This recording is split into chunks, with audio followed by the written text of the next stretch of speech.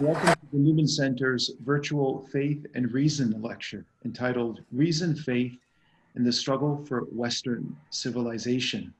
My name is Father Peter Tironi, and I serve as the current pastor and executive director here located at the University of Toronto St. George campus. We're very happy to have many people joining us for this important event. While we would have preferred to hold this event in person, the current pandemic has prohibited us from doing so. Nevertheless, we are grateful for this technology that has allowed our distinguished guest, Dr. Samuel Gregg, to give us this lecture from the United States. Joining us is Dr. Michael Ryle, Newman board member and professor of strategic management at the Rotman School of Management, University of Toronto, just next door. Michael will moderate the question and answer period. Please feel free to type your questions in the Q&A and not chat tab that is located at the bottom of your screen. Samuel Gregg is a research director at the Acton Institute. He has written and spoken extensively on questions of political economy, economic history, ethics and finance, and natural law theory. He has an MA from the University of Melbourne and a Doctor of Philosophy degree in moral philosophy and political economy from the University of Oxford. He's the author of 13 books, including Unordered Liberty, his prize-winning The Commercial Society, Becoming Europe, For God and Profit, How Banking and Finance Can Serve the Common Good, Reason, Faith, and the Struggle for Western Civilization. Many of his books and articles have been translated into a variety of languages. He publishes in journals such as the Harvard Journal of Law and Public Policy, Journal of Markets and Morality, Economic Affairs, Law and Investment Management, Ethics and Public Policy, Ave Maria Law Review, Oxford Analytica, Communio, Journey of Scottish Philosophy, and Foreign Affairs. He's a regular writer of opinion pieces which appear in publications such as the Wall Street Journal, First Things, Investors Business Daily, Law and Liberty, Washington Times, American Banker, National Review, Public Discourse, The Spectator, Australian Financial Review, Jerusalem Post. He has also been cited in the New York Times, Wall Street Journal, Forbes, The Weekly Standard, Time Magazine, Christian Science Monitor, The Washington Post, The New Yorker, and also the Holy See's Osservatorio Romano. In 2001, he was elected a Fellow of the Royal Historical Society and a member of the Mont Pelerin Society in 2004. In 2008, he was elected a member of the Royal Economic Society. In 2017, he was made a Fellow of the Center for the Study of Law and Religion at Emory University. He has served as president of the Philadelphia Society since 2019. Again, welcome to each of you who are here this evening from your homes or your offices. And without further ado, let us welcome Dr. Samuel Gregg for this inaugural lecture of the 2020-2021 Faith and Reason Lecture Series here at the University of Toronto. Well, thank you very much, Father Peter. I'm very grateful to be here virtually. I would rather be with you speaking at the Newman Center at the University of Toronto's St. George campus, but unfortunately, COVID and other obstacles made that impossible. I'm very happy, however, to be here to talk to you about some of the themes contained in my new book, Reason, Faith, and the Struggle for Western Civilization. To tell you the truth, I have been very pleasantly surprised by the attention received by the book. As its rather broad title suggests, it's concerned with broad themes: reason and faith, rationality and religion, and the relationship between these two dimensions of thought that have helped to make Western civilization different from other civilizations. But the book is also about how disorders in the relationship between reason and faith have and continue to do enormous damage to Western societies. The very first thing that I say in the book is that the topic has long occupied my mind, in fact, for more than 13 years. And over that period, nothing has changed my view that the primary challenge facing what I and many others call the West is neither political nor economic. Economics and politics matter, but I have become ever more convinced that the most important questions facing Western societies logically precede these topics and in many respects predetermine how we address them. The ways in which the relationship between reason and faith have shaped the West are in many ways subterranean. Occasionally, however, they thrust themselves directly into our view. One such manifestation has been the religiously motivated violence that Western nations and others have confronted during the 21st century's first 2 decades. This issue was surfaced in a particular way by Pope Benedict XVI in his 2006 Regensburg lecture, an address which I think will retrospectively be seen as one of the 21st century's most important speeches. Most of us, I suspect, remember this lecture because of the response it received from much of the Muslim world. But if you read the speech closely, you realize very quickly that it's less about the Muslim world than it is about us. We who are the inheritors of the civilization we call the West.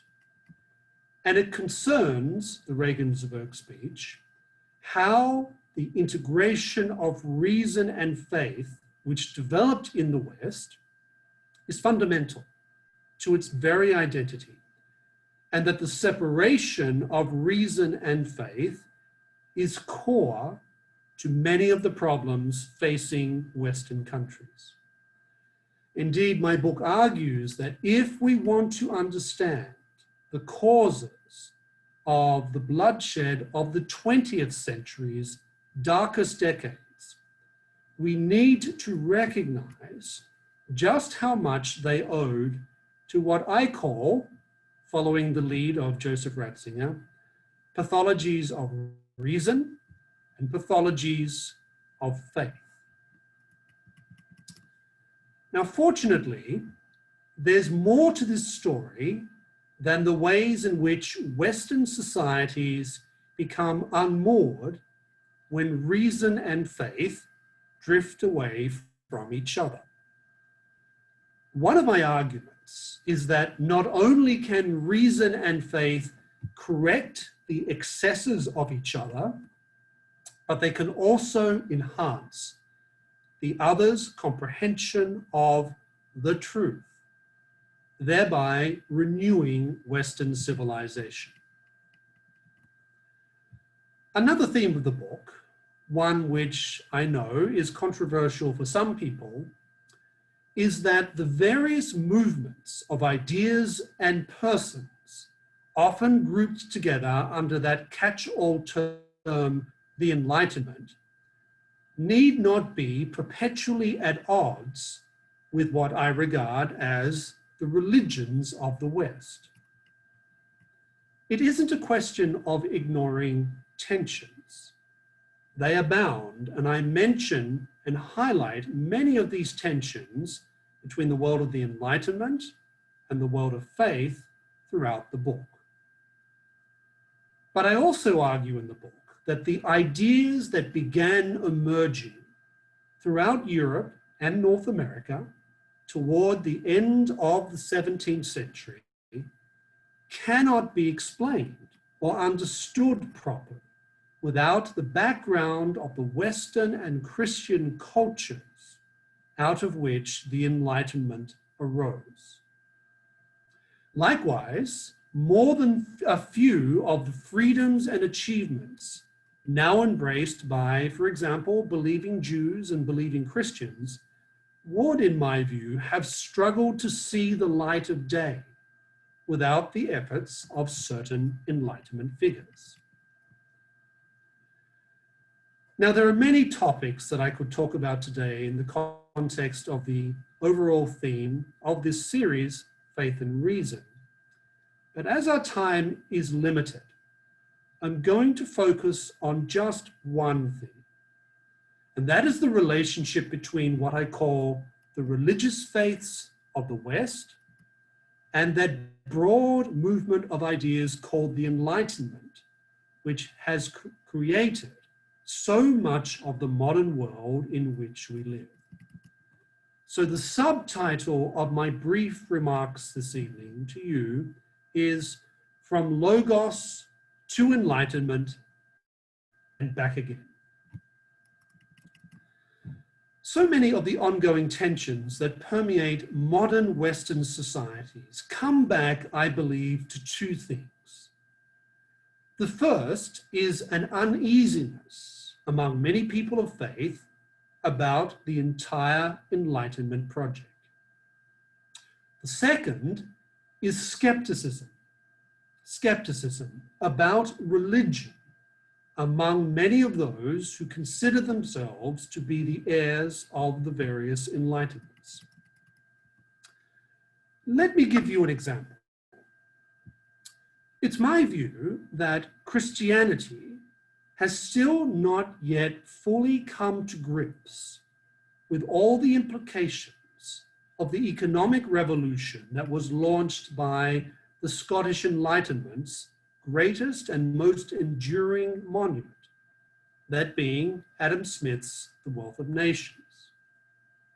Many Christians, I would argue, have tended to marginalize or even ignore many of Smith's key and empirically valid insights. Now, there are many reasons for this, but one, I think, is the fact that much of the Christian world is still struggling 300 years later to deal with the many consequences of the Enlightenment.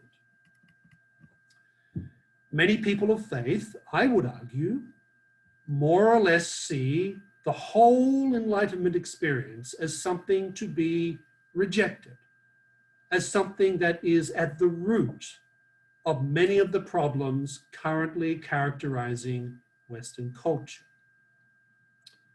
Other people of faith, by contrast, seem, frankly, subservient to anything or anyone who claims the mantle of being modern, of being enlightened. But that in its own way, that type of response also betrays an inability to come to grips with the Enlightenment phenomenon.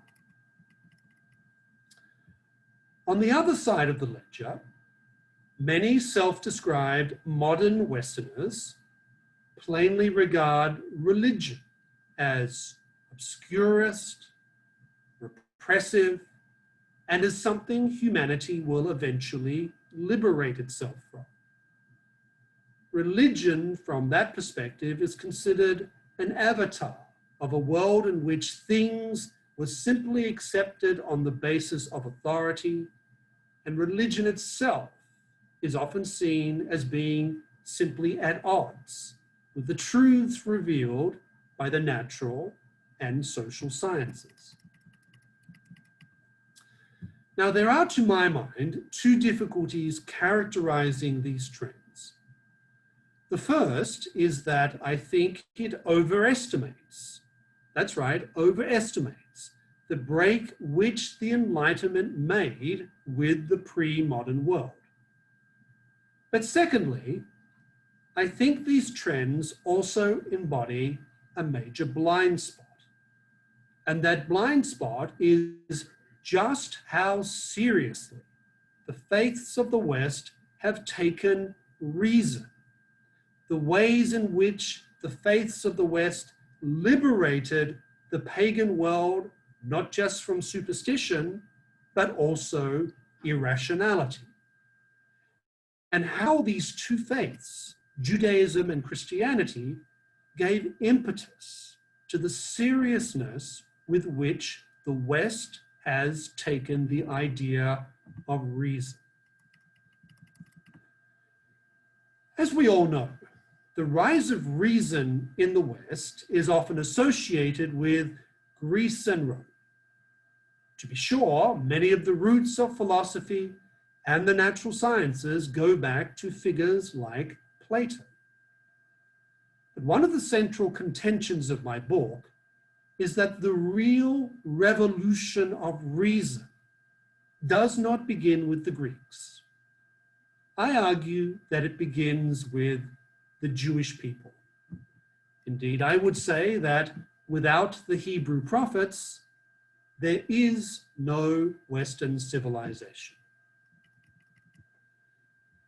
When we read, for example, the Hebrew scriptures, it's very clear that on one level, the Israelites rejected pagan idolatry because the one God had commanded them not to worship other gods.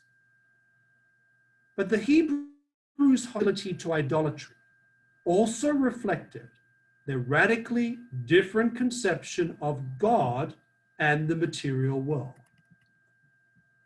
Before anyone else, the Jews came to the realization that the entities worshipped by Egyptians, Babylonians, Greeks, and Romans were not what these peoples proclaimed them to be. To ascribe the characteristics and status of divinity to physical elements such as water and fire was literally nonsense to the Jews. And to this extent, Judaism's audacious confrontation of pagan mythology was a powerful affirmation of human rationality. For when the Hebrew prophets rebuked pagan idolatry, they were doing something strictly reasonable. It's on these grounds that I would argue that the Jews' liberation of human reason from mythology and nature worship amounted to one of humanity's most powerful enlightenments. Now, the Hebrew prophets were not philosophers, as the Greeks understood this term, but they did play a major role in opening the human mind to objective reality. So why does this matter? It matters because one of the obstacles that inhibited the Greek mind's ability to make sense of reality were the pagan religions which dominated the ancient world. All the pagan religions, without exception, promoted the idea that humans were ultimately at the mercy of some deeply unpleasant, very fickle deities. And that pagan belief gave rise to an enormous intellectual problem. How could a universe of selfish, irrational gods be reconciled with some of the great insights into reality that had been achieved by the Greek philosophers? How could a world ruled by such destructive deities be reconciled with Aristotle's assertion that humans could discern the laws of nature by studying physical phenomena? How could this be reconciled with Archimedes' mathematics? How could this pagan view be reconciled with Plato's insistence that there must be some type of first cause, some rational creator with which everything begins? What changed this situation was Christianity. Christianity's teaching that the God first revealed to the Jews was a God who loved humanity so much that he had entered directly into human history to redeem us, was a remarkably attractive alternative to the likes of selfish, deceptive beings like Zeus and Venus. But there was something else underscored by the new religion. This something else, derived directly from Judaism, was that God had a rational nature and a creative nature. This theme is powerfully expressed in the opening words of the Gospel of St. John. This took the first verse of Genesis, "In the beginning, God created the heavens and the earth," and adapted it to, "In the beginning was the Word." In Greek, "In the beginning was the Logos," the Logos. To Greeks, to Romans, and to diaspora Jews, audiences who were deeply familiar with the language of Logos, these words made the point that the Christian God was not irrational. On the contrary, while Christ was love, he was also divine reason. He was Logos, Logos in all its fullness. This Logos had created the world, infused it and humanity with order, and had written the reasonability that is integral to Logos literally into the human person, made in the image of that same Logos. Such a faith was very attractive to many Greeks and Romans, who were rightly proud of their many intellectual and cultural achievements. In Christianity, they found a faith that respected many of their successors, but also reconciled them with the idea of a rational creator in ways that the pagan religions never could.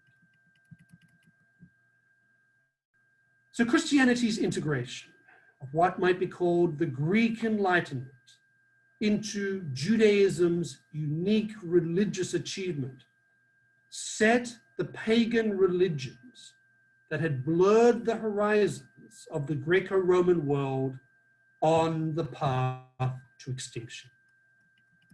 People now understood that religion should be concerned with the truth about reality, and therefore ought to be compatible with reason. The result of this was a civilizational platform that Greek and Roman philosophers could not have constructed on their own. It's this synthesis of reason and faith achieved by the religions of the West over time, which I would argue is core to the identity of the West. It underlies the commitment to reasoned inquiry into truth that is another central feature of Western culture, particularly Western universities. But it's also crucial to another characteristic Western theme, which is that of liberty. By that, I don't just mean liberty in the sense of minimizing unreasonable coercion. By liberty, I also mean the self-mastery that humans achieve when humans freely choose virtue and flourishing over vice and decadence. The West's integration of reason and faith also helps to explain why universities arose in the medieval period, why we saw the natural sciences develop the way they did in the West, and why 13th century Christian theologians like Albertus Magnus underscored the importance of observation, of experimentation, and of what we call data. It's in this light, I think, that we realize that the usual story that the Enlightenment, with its emphasis on reason, the scientific method, progress, improvement, liberty from superstition, etc., we realize that this story, that the Enlightenment marks a radical rupture from the pre-Enlightenment world, we realize it's not as plausible a story as we might think. Take, for instance, the publication of Isaac Newton's Principia Mathematica on the 5th of July, 1687. In many ways, this book proved decisive for the Western world. Stating basic hypotheses from which an astounding range of calculations could be developed, the Principia represented a revolution in the natural sciences. Nature's secrets, it seemed, had not only been unlocked, they had also become quantifiable. Newton is, of course, widely regarded as the archetypal hero of enlightenment.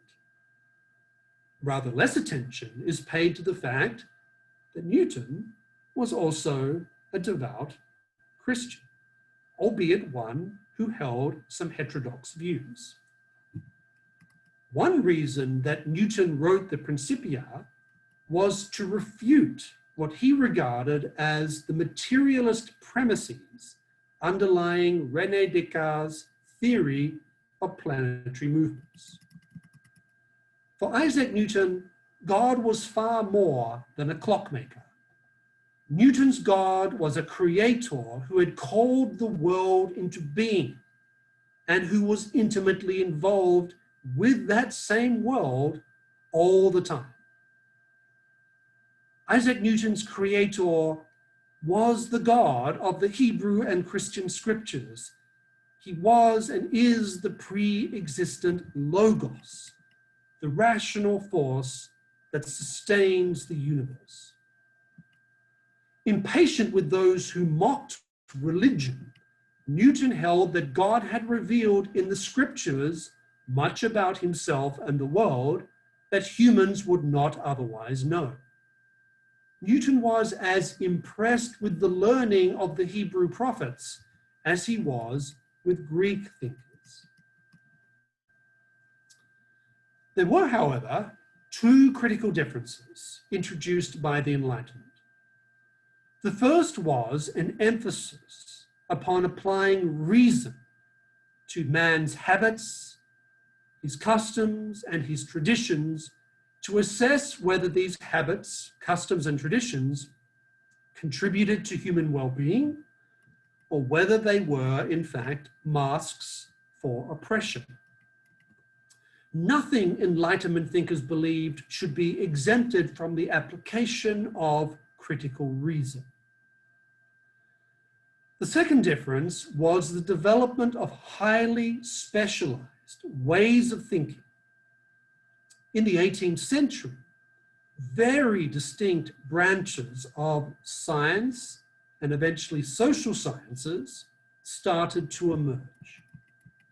What had once been grouped together under topics like natural philosophy were gradually separated into specialized disciplines like biology, zoology, chemistry, and geology.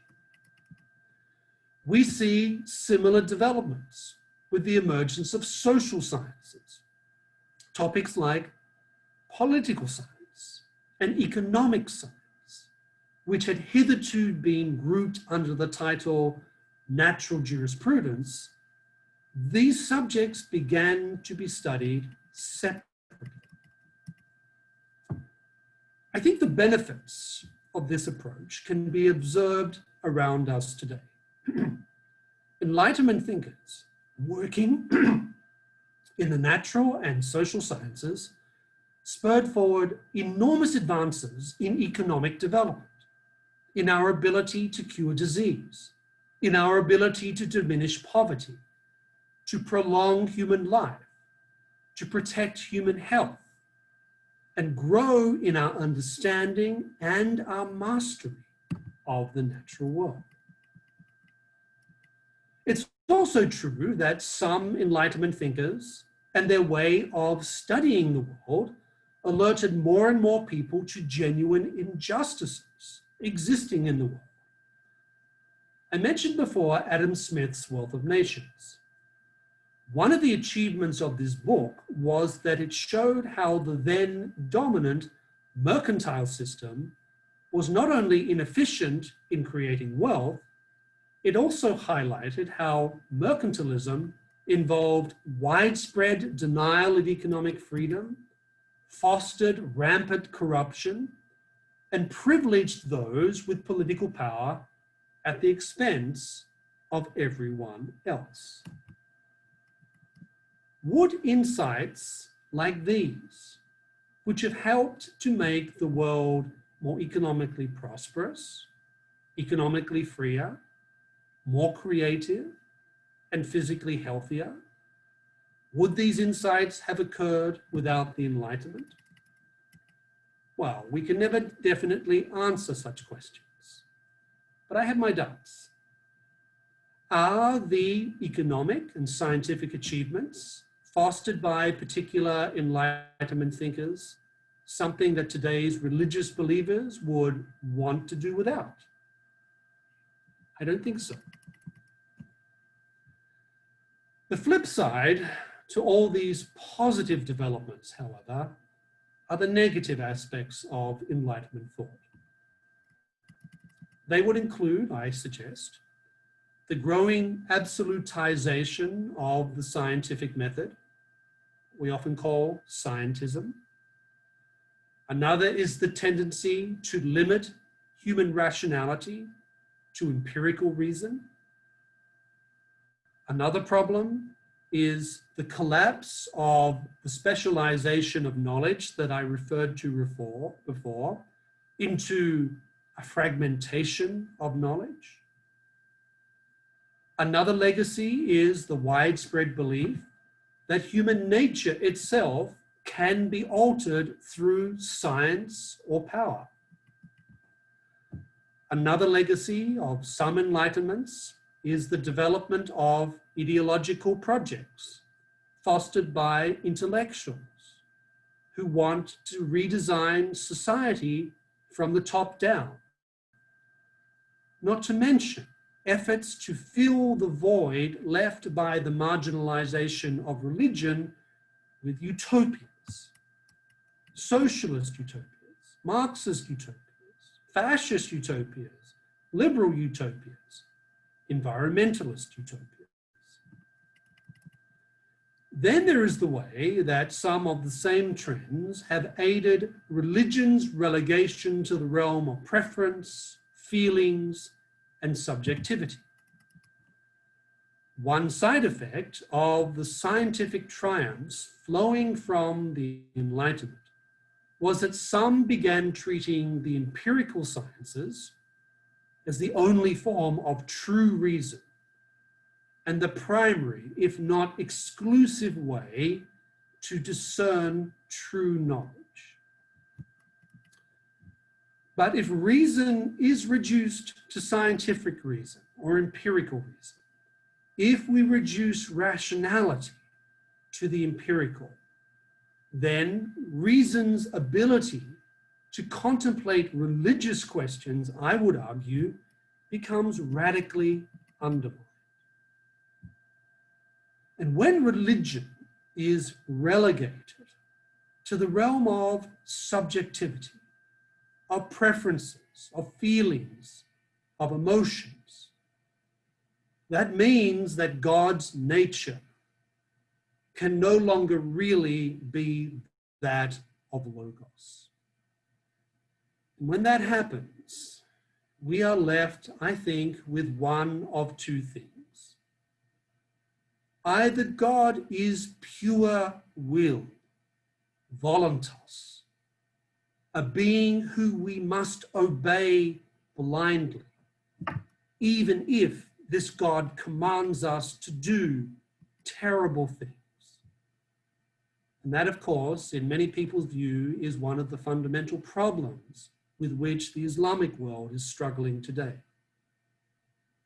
On the other hand, if we conclude that God's nature cannot really be that of Logos, the other conclusion is that God is a celestial teddy bear, a being who never warns us, never corrects us, who, like an irresponsible 21st century parent, does nothing but affirm us, no matter how irresponsible or stupid or evil our choices and actions may be.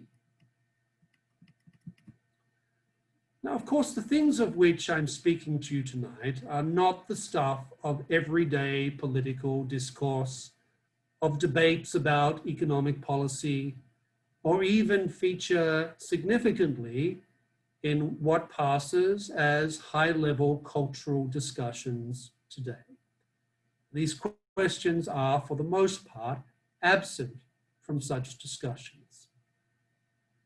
And yet, the stakes are very high for Western societies. Why? Because it is clear that the integration of reason and faith, which I think is core to the West's identity, has broken down, perhaps especially among intellectuals and many other shapers of culture. And somehow that integration needs to be restored. But let's be clear. There is no going back to a pre-Enlightenment world.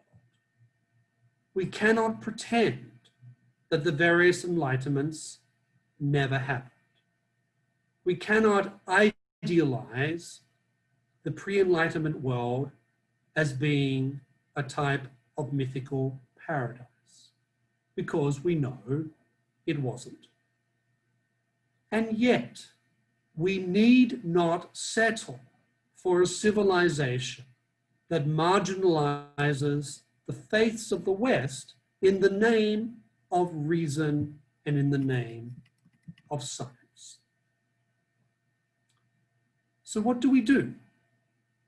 How do we bring the world of the Enlightenment, the world of what was once called an international republic of letters, how do we bring this world back into a constructive, meaningful, and critical dialogue with the world of the faiths of the West?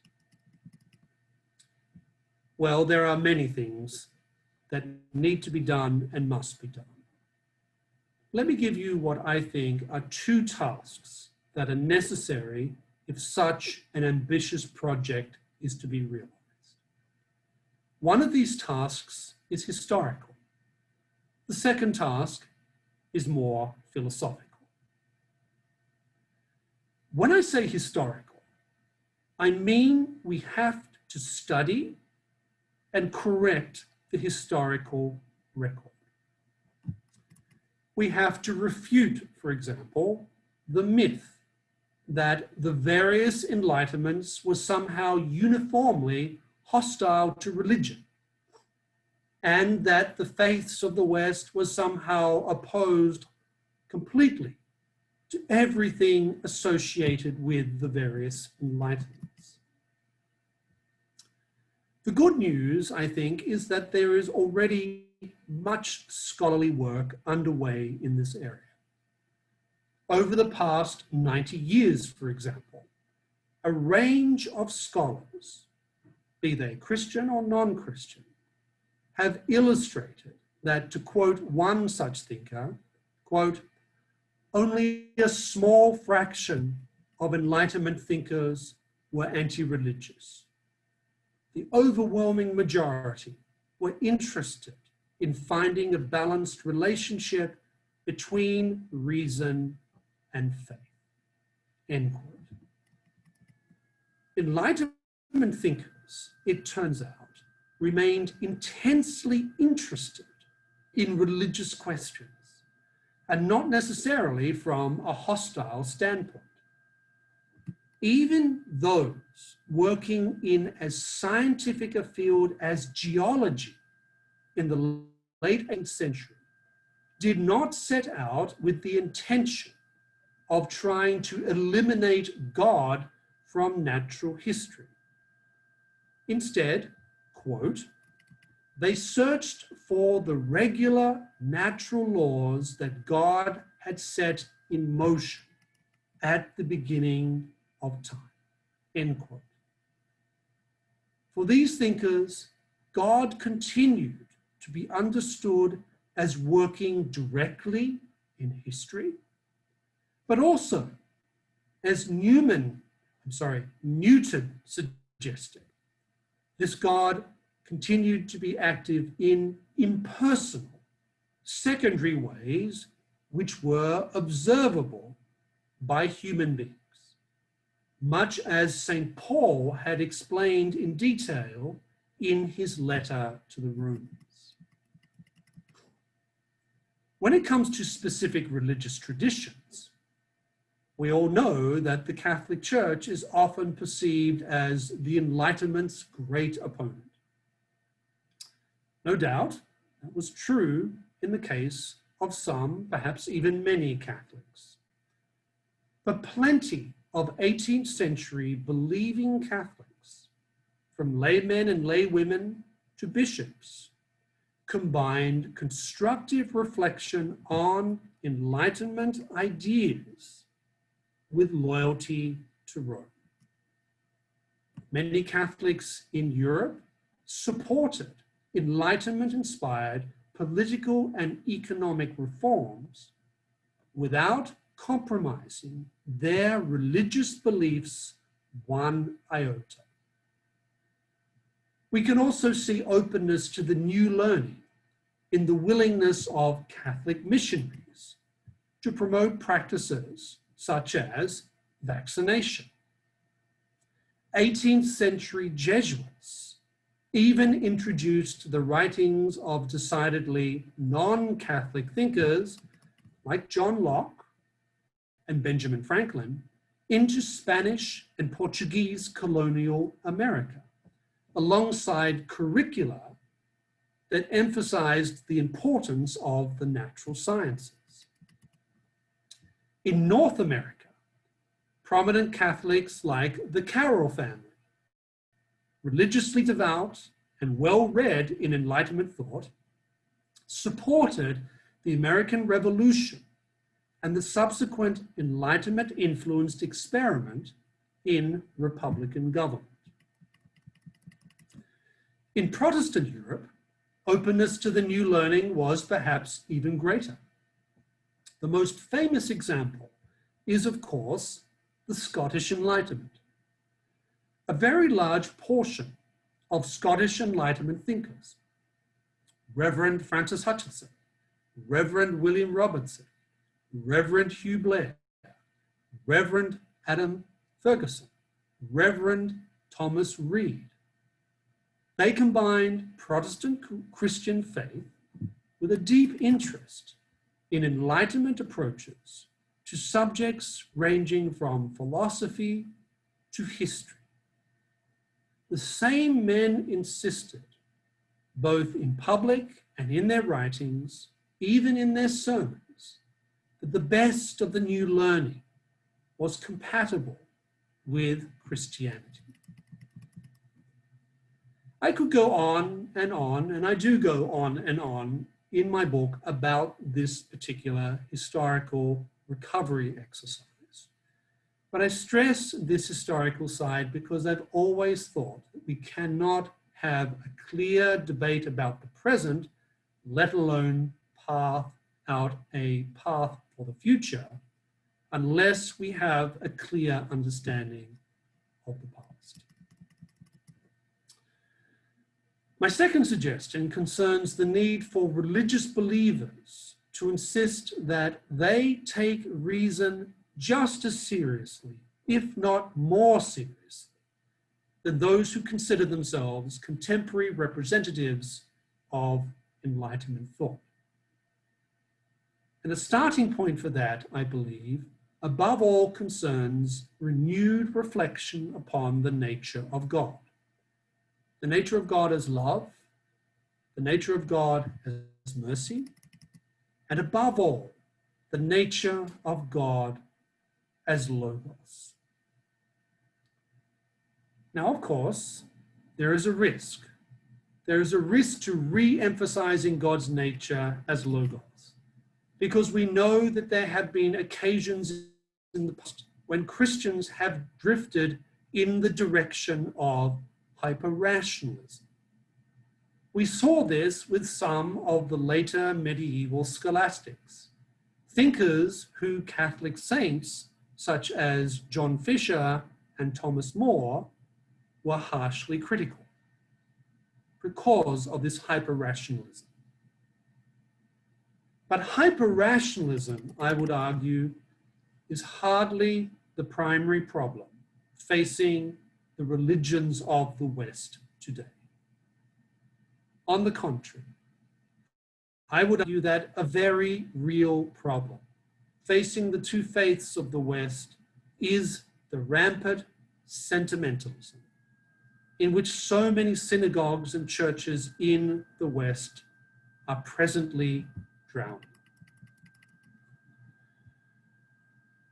When you separate reason from faith, many pathologies of faith and reason start to develop. I talk about many of these in my book. One such pathology is fideism, blind obedience, and deep suspicion of reason. Again, as I mentioned, this is one of the major problems with which the Islamic world is wrestling today. But another pathology which emerges when reason and faith are separated is sentimentalism. Faith becomes seen as primarily about the realm of feelings, of emotion. Faith becomes seen as the province of unreason. In this world, drowning in sentimentalism, attention to logic, to coherence of thought, to evidence, to things as basic to human reasoning, like the principle of non-contradiction, are often dismissed as, quote, rigidity of thought. Hence, we end up with absurdities, with some people trying to tell us that 2 times 2 can sometimes equal 5 or not. For who are we to assume that God will not betray his own nature as logos? And seen from this standpoint, the fideist and the sentimentalist certainly have one thing in common, and that is that neither regards God as having the character of logos. What's also clear, I think, is that the sentimentalism presently infecting wide swathes of Judaism and Christianity in the West is all about diminishing the gravity of faith, the clarity of faith, the coherence of faith, and the seriousness of faith. The God fully revealed in the Hebrew and Christian scriptures is certainly merciful, but he's also just. And that in turn means that God is reasonable and very clear in his expectations of us, because he takes us and our reason seriously. Woe to us if we don't return the compliment. A return to emphasizing God as divine reason, as the logos of the Gospel of St. John, is not about us downgrading the importance of emotions like love and joy, anger and fear. We are not robots Feelings, emotions are central aspects of our nature. They do give us insights into reality. But human emotions and human feelings do need to be integrated into a coherent account of faith, human reason, human action, human choice, and human flourishing. And then we need to live our lives accordingly.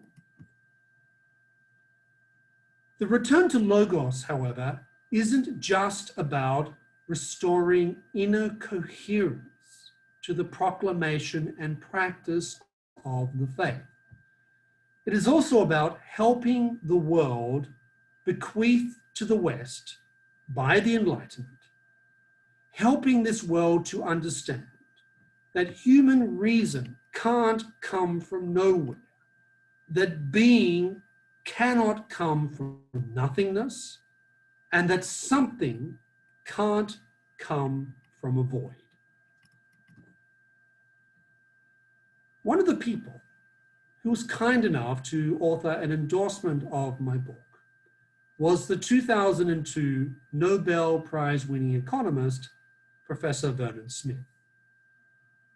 He's the inventor of an entire field of economics called experimental economics.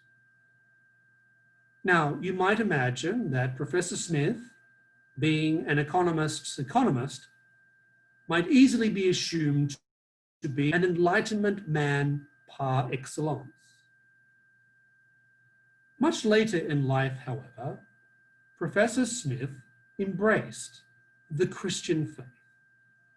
Until relatively recently, he had not discussed this publicly.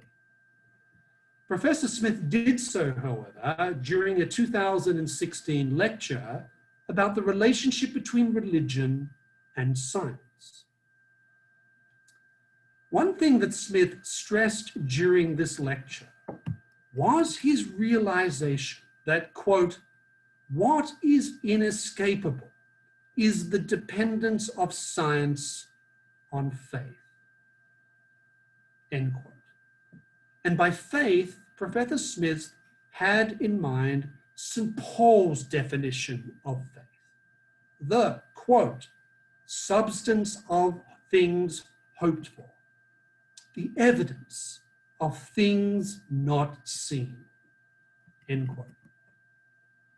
The point is that just as the natural sciences, so prized by the Enlightenment, cannot arise from irrationality, nor can human reason arise out of nothingness.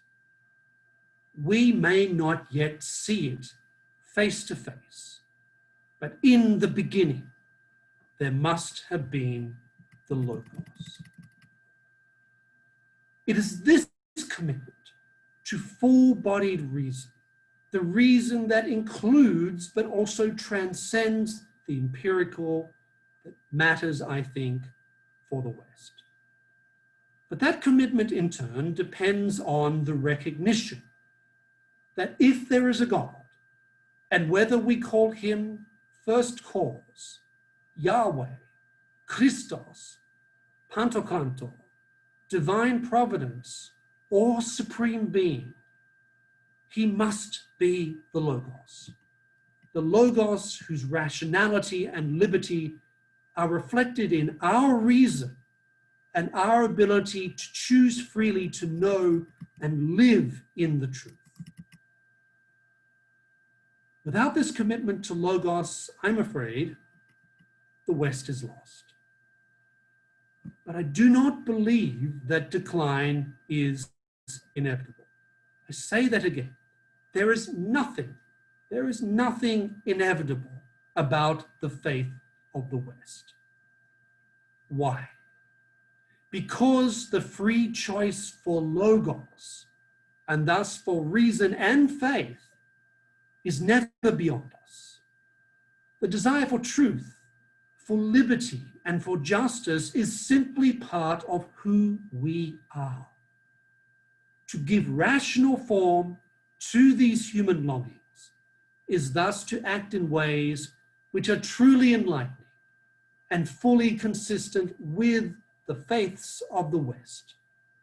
And it is to build a future for the West, firmly grounded on the sure knowledge that it is the truth that sets us free. Thank you very much.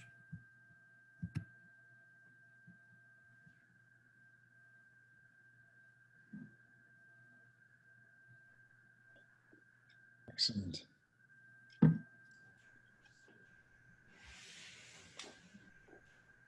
Thank you very much, Dr. Gregg. That was an excellent lecture. Now we have Dr. Ryle will be fielding some questions.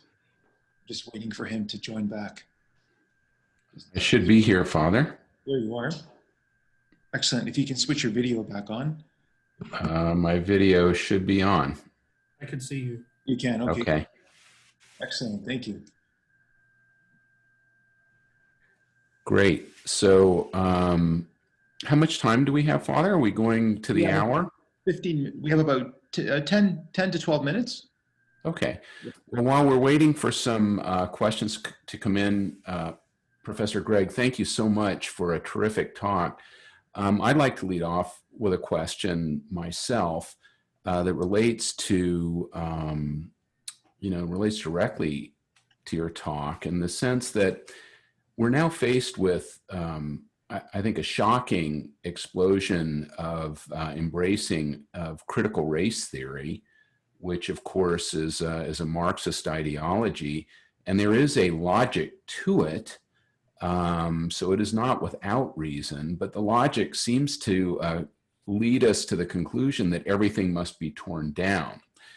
And so I wonder, as you describe this sort of historical tussle between faith and reason and claims that, as you so carefully laid out, that religion lacks reason and so on, that we're not faced with something that is spreading like wildfire that is not only going to take down religion, but also going to take down the Enlightenment. Mm-hmm. And I'm curious as to your view on how this sort of neo-Marxist ideology that we now have sort of very much upon us, is that rooted in the Enlightenment itself? Is the Enlightenment ultimately self-defeating? Thank you. That is a very good question. It is one that I've contemplated a number of times. Let me answer this on two levels. The first thing we have to ask ourselves is, which Enlightenment are we talking about?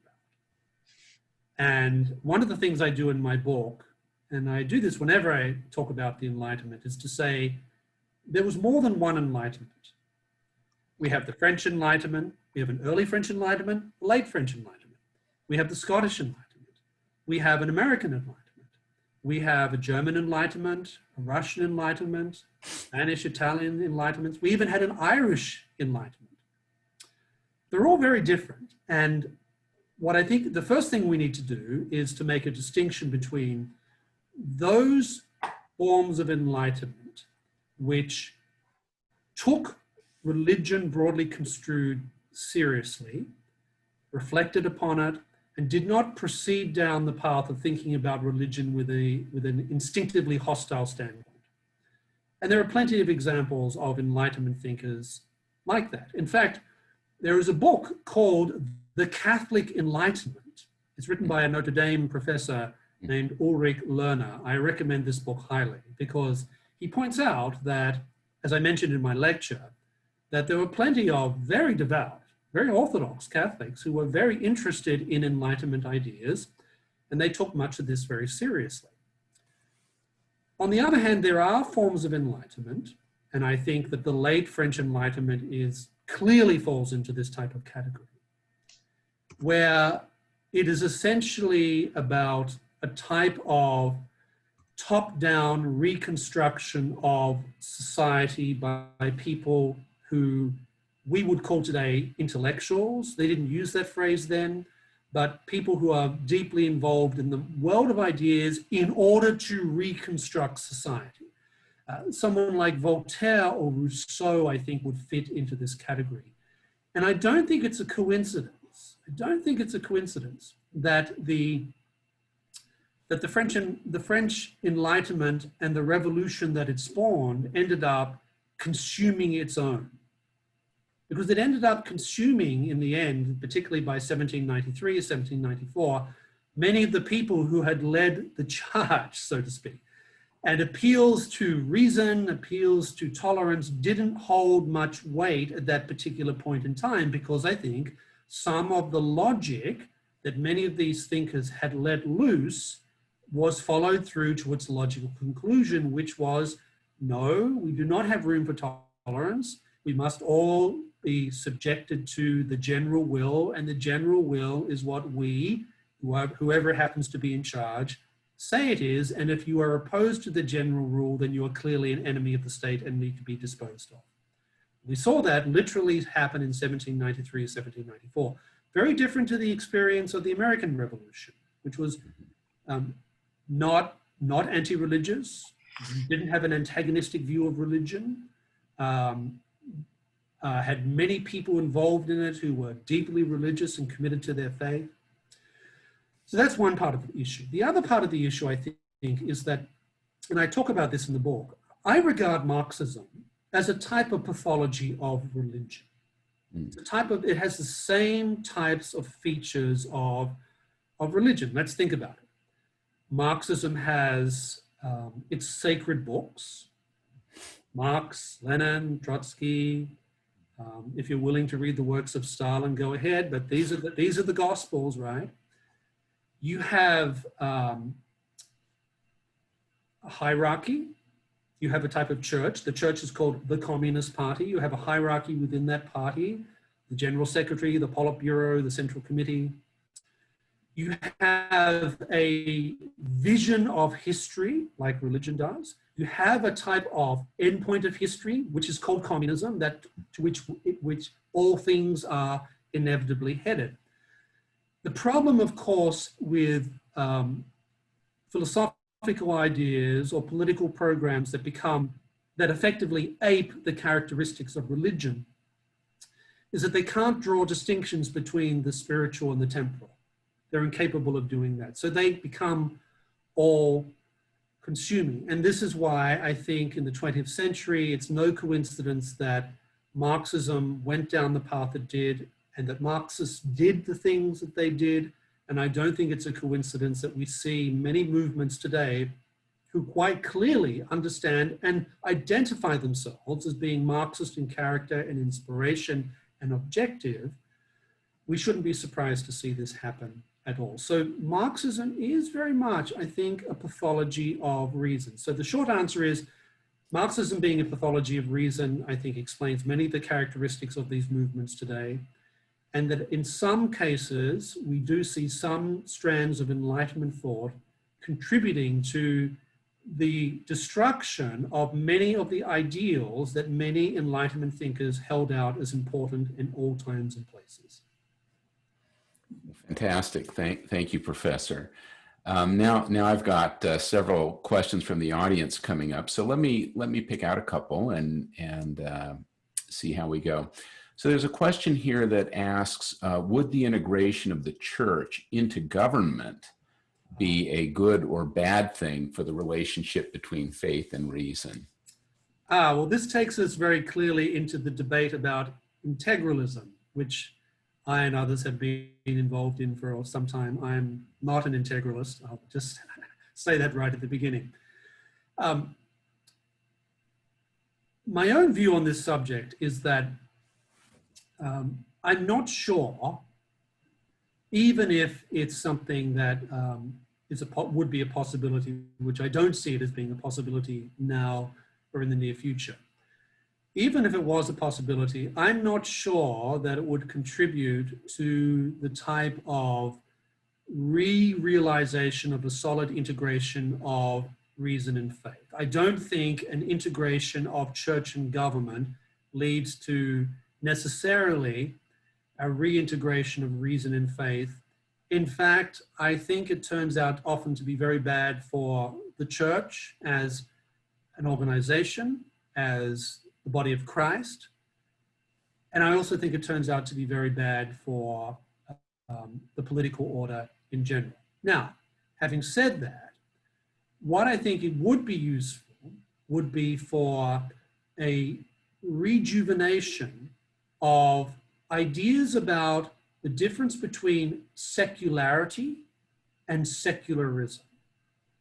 Secularity in the classic sense is a Latin word, it's an ecclesial word actually, used to describe the things that are not immediately of God, or even more specifically, immediately of the church. And there's a whole realm of things that don't fall into the church's automatic sphere of influence of activity.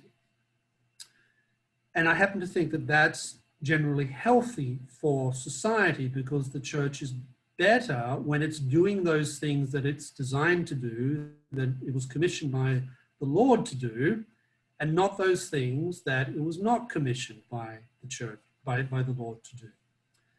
Secularism, of course, is the ideology that religion must be marginalized because religion is fundamentally irrational, it's superstitious, and at most we should just tolerate these strange people who do their strange things at church or in synagogue once a week.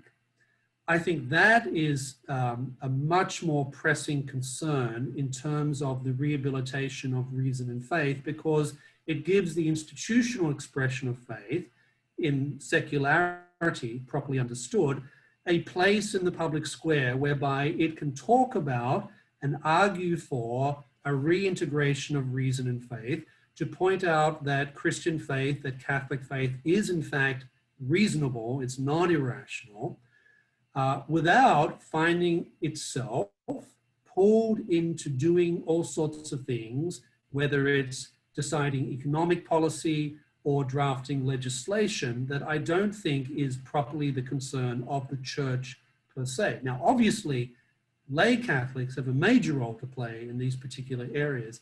And I happen to think that the best way that they do that is often through appealing to these broad conceptions of reason. So while I think the integration of church and state, I don't think that's likely to be particularly helpful for a reintegration of reason and faith, I do think that thinking very seriously about the proper relation between the church and the public square is essential if we're going to have serious reflection upon these things that don't get sidetracked by accusations that the church is engaging in politics for the sake of power. Mm-hmm. Absolutely. Thank you. Here's a question about anti-intellectualism, which you touched upon, but perhaps you could elaborate a little bit more. The question is, it would be good to hear about the problem of anti-intellectualism within religions, which has been and indeed still is prevalent in certain cultures and indeed sectors of society within many Western communities. Sure, thank you. As I mentioned, Fideism has reared its head at different points in different religions to varying degrees. And by definition, fideism excludes or marginalizes the exercise of religion, of reason, when it comes to thinking about theological questions, even philosophical questions. As I mentioned in my remarks, I do think that this is, to take the example of Islam, this is a major problem that the Islamic world is wrestling with today, because as any number of Islamic scholars will tell you, the dominant, in let's call it medieval Islam, there was an entire debate about the place of reason in Islam. And the two sides basically consisted, one group were essentially fideists, the other were people who were more inclined to be interested in things like Greek philosophy. Well, the fideists won, and they still are more or less in charge today, theologically speaking. And you can see the effects of this in the Islamic world. And it's not just me saying this. There are plenty of Islamic scholars, devout Muslims, who will say, yes, this is exactly the problem that we have. We have to somehow reintegrate reason if we're going to deal with this problem of fideism that marks considerable portions of the Islamic world. In the case of Christianity, I think we see some of this emerging in different forms at different points in what's often called divine commandment theory, which tends to say, the Lord said this, so therefore we do that. And there's no role for reason in terms of playing an intermediate role in explaining how these things, like for example, the Decalogue, how these things play out when applied. The principles are applied to any number of very difficult and complicated subjects. I do think that the anti-intellectualism is less of that sort today, at least in Christianity. And I do think the anti-intellectualism we see today is a type of sentimentalism. Faith is about feelings. Faith is about emotions. More importantly, it's about me and my feelings. And that is, the problem with that is that, for example, Christianity, yes, Christianity has always taken things like love seriously. It has thought very seriously about the different emotions, but Christianity is not a feeling faith. It's not a feeling faith. It's a faith of mind and heart. It's an assent of the reason and then the choice to assent to these truths that are dogmatically revealed. But in many swathes, large swathes of Western Christianity, you constantly hear appeals to sentimentalist type of arguments. It's like I often say to students who are sitting in a seminar of mine for the first time, I always say, well, there's only basically one thing you're not allowed to do here. And they say, what? And I say, well, you're not allowed to start any sentence by saying, I just feel. And there's a pause, and I say, because I'm not interested in your feelings. And then there's an even longer pause. And I say, the reason I'm not interested in your feelings is because I'm interested in what you think. We're here to think together. We're here to reason together. We're not here to emote together. So this I think is a major problem that is facing all Christian traditions today. And the problem is that sentimentalism is not ultimately satisfying. It doesn't answer the fundamental questions that people confront. Sentimentalism doesn't tell you whether or not there is a God. Sentimentalism doesn't tell you what is the right thing to do. Sentimentalism doesn't give you a coherent view of the world. It gives you a very incoherent view of the world. Again, I'm not trying to say that emotions and feelings are unimportant or insignificant. They are. I'm also not saying that people can't come to faith through some type of religious experience. St. Paul, of course, is the classic example of this. And yet he turned out to be perhaps one of the most important figures in terms of integrating the world of Greek thought and Roman thought into the corpus of Christianity.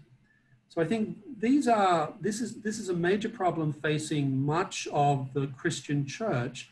And in my view, it's something that those of us who are believers and who are involved in the life of the mind should be trying to correct in wherever we find ourselves, in whatever station, whatever setting we find ourselves. Well, thank you very much. I know that over the last 20 or so years of my own teaching, the number of students now who answer an analytical question with "I feel" is huge. And if I told them that I didn't care about their feelings, I'd probably be fired tomorrow. You know, it's just not acceptable. Professor, let me end. I think we're running out of time, but we've got, I think, time for one more. Father, do we have time for one more question? Okay. So this is an interesting one. So in today's multicultural societies, it is often difficult and would be politically incorrect to challenge rationality of religions other than Christianity. Mm-hmm. How do we productively advocate for Christianity while keeping in mind the need for interfaith dialogue? Moreover, how do we avoid the push today for viewing all religious practices as equally valid? Equally valid and therefore equally meaningless. There you go. Unfortunately, that's, I think, when you say things like that, that's the conclusion that people arrive at. So let me say a couple of things. I do think it's true to say that outside Orthodox Judaism and small o Orthodox Christianity, and of course, let's call it robust schools of natural law thought, it's very hard to find strong accounts of reason, and even more particularly, hard to find strong accounts of free will. And I don't think that's a mistake. I think that's because these forms of religion and that particular form of philosophy take reason and freedom so deadly seriously. It's just not evident, and I think this is an objectively true statement, it's just not evident that that type of position is the mainstream position in many other forms of religion. That's not a statement of bias, it's not a statement of prejudice. I think it's a statement that many people who belong to those religions will happily tell you.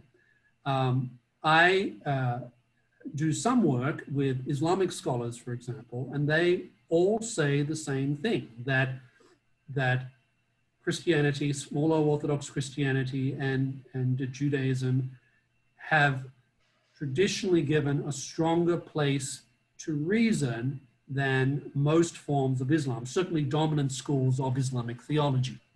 So in terms of engaging in interfaith dialogue, I think there's two things. One is the point of interfaith dialogue is truth. That's the ultimate purpose of interfaith dialogue. Yes, it's about increasing understanding of other religions. Yes, it's about clarifying things about other religions among ourselves and with others so that we understand that X means this and it does not mean that. But the ultimate purpose is truth, because otherwise it's essentially an exercise in simply setting out areas that we are allowed to talk about and those areas that we're not allowed to talk about. So I think that when it comes to these type of interfaith discussions, it's fine to talk about those other things, about how do we all get along in societies where people radically disagree with each other about not just religion, but politics, philosophy, and culture. We need to have those types of discussions because we're not always going to agree, and it's unlikely before the second coming that we're going to have any sort of uniform agreement about these sorts of things.